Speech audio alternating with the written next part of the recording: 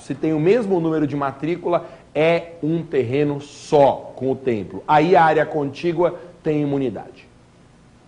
Muitas pessoas não se conformam com essa regra. Dizem assim, mas isso é um abuso, essa é uma regra muito ampliativa. A igreja, por exemplo, tem uma loja e vende Bíblia, santinho, como que ela não vai recolher ICMS? Gente, para com isso, tem que deixar um pouco as igrejas em paz também. A Constituição deu uma ampla imunidade impositiva, claro que não paga nenhum imposto, e não paga ICMS na lojinha da igreja, porque não é nem considerada circulação de mercadoria, não tem finalidade mercantil, aquilo não é nem considerado uma mercadoria, não é venda de mercadoria, não ocorre o fato tirador de ICMS, aquilo é a venda de um bem, porque não tem objetivo mercantil. A igreja não tem como atividade finalística o comércio. Então, primeira coisa é colocar isso na cabeça. A Constituição deu a imunidade e não adianta ficar revoltado, porque se cair na sua prova você tem que colocar que as áreas contíguas são imunes e ponto final.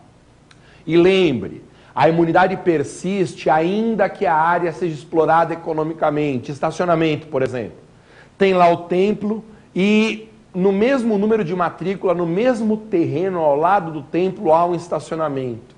E a igreja cobra para o sujeito parar o carro no estacionamento, mesmo que seja para o fiel parar o carro durante o horário da missa, do culto. Mesmo assim tem imunidade, porque o valor arrecadado é revertido para as finalidades essenciais da instituição. Isso ocorre ainda que haja uma locação. Então, um terreninho lá do lado do templo é alugado para um estacionamento particular. O estacionamento coloca até uma bandeira, dessas bandeiras de administradoras de estacionamento, e cobra para a pessoa utilizar o estacionamento. Mesmo assim, tem imunidade. Tudo bem? O curioso é que muitas pessoas acham que essa regra das áreas contíguas é uma regra ampliativa da imunidade, e não é.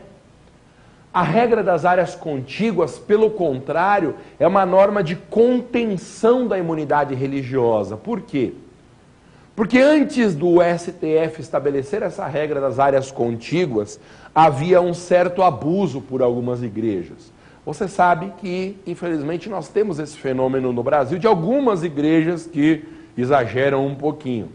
Então as igrejas se aproveitavam da imunidade para comprar fazendas enormes, que não eram templos, coisa nenhuma. Eram fazendas mesmo, de plantação, criação de gado. E aí pleiteavam imunidade, por exemplo, do Imposto Territorial Rural, do IPTU. Aí baixava a fiscalização do ITR na fazenda, o fiscal falava, mas isso aqui é uma igreja? Cadê os fiéis? Aí o responsável dizia, é uma igreja, tem aí as vacas, tem aí o pasto. Pois é, não era igreja coisa nenhuma. Então, para evitar esse abuso de algumas igrejas, é que foi criada a regra das áreas contíguas. Por quê? Para um imóvel ser beneficiário da imunidade religiosa, ele tem que estar junto com o templo no número de matrícula. Então, olha que curioso.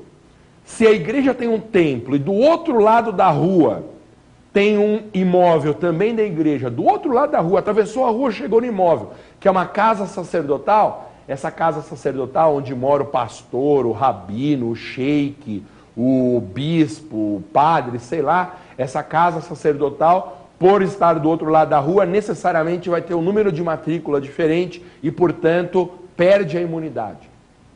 Às vezes, é um terreno do lado do templo da igreja, mas se tiver desmembrado, o terreno do lado do templo da igreja, usado por uma finalidade da igreja, perde a imunidade. Então, área contígua que dá direito à extensão do benefício é só aquela que está colada com o templo, no mesmo número de matrícula do templo. Aí é um terreno só. Segunda pergunta do nosso programa de hoje. Vamos lá, atenção produção, imagem na tela. Deixa cair pro Mazinha. Professor Maza, quem tem a competência para determinar a data final para o pagamento do tributo? Questão difícil essa, olha lá. Esse assunto é respondido pela jurisprudência do Supremo Tribunal Federal. É o seguinte, o Supremo Tribunal Federal entende que o rol do artigo 97 do CTN, o artigo 97 também é sobre o princípio da legalidade, que esse rol do artigo 97 do CTN é um rol taxativo. Quer dizer, só dependem de lei aqueles assuntos que estão no 97. Então, o 97 do CTN fala de criação e extinção de tributo, aumento e redução de tributo, definição de fato gerador, base de cálculo, estabelecimento de infrações tributárias, aplicação de penalidades. Esses assuntos dependem de lei, segundo o artigo 97. Mas o STF diz que esse é um rol taxativo, ou seja, os temas que ficaram de fora do 97 não dependem de lei, não se sujeitam à reserva legal.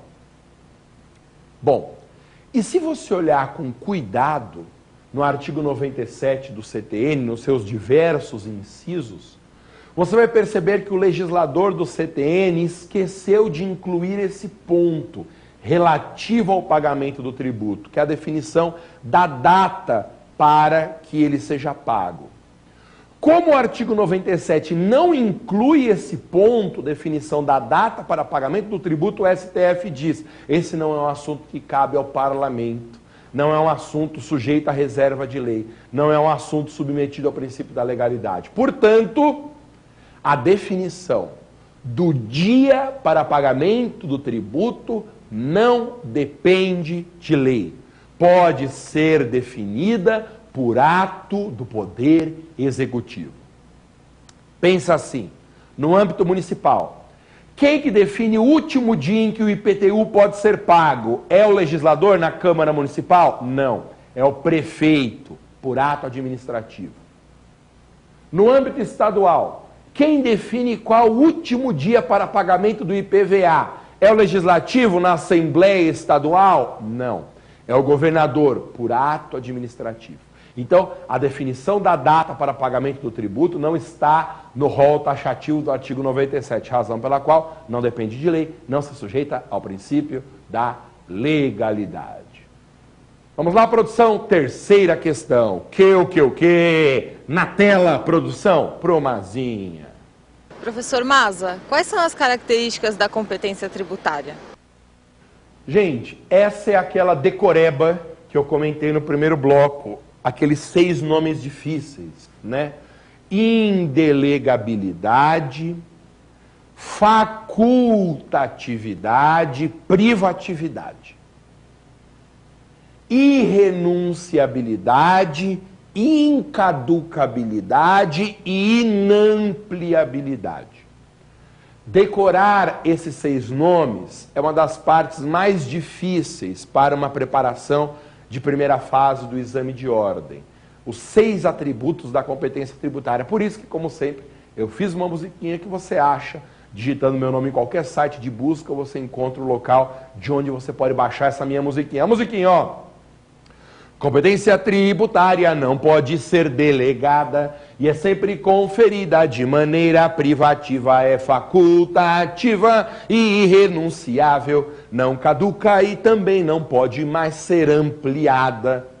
Então, ou você guarda por um sistema assim, que facilita muito a memorização, porque é um sistema que utiliza a memória auditiva, ou então, sei lá, você cria aí uma frase qualquer, daquelas que nós aprendíamos na escola, né? Foi Clovis Bornai que invadiu Atenas, alguma coisa assim, tá? Ou então, competência tributária não pode ser delegada e é sempre conferida de maneira privativa, é facultativa e irrenunciável, não caduca e também não pode mais ser ampliada. Produção, quarta pergunta. Que? Imagem na tela, Promazinha. Professor Maza, a Constituição de 88 admite algum caso em que a União possa interferir na fixação de alíquotas de tributos estaduais ou municipais? Que bucha que é esse assunto. Essa pergunta só cai quando o examinador está no veneno.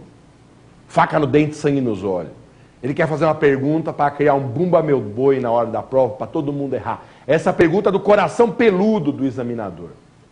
É o seguinte, como regra, quando a Constituição atribui a competência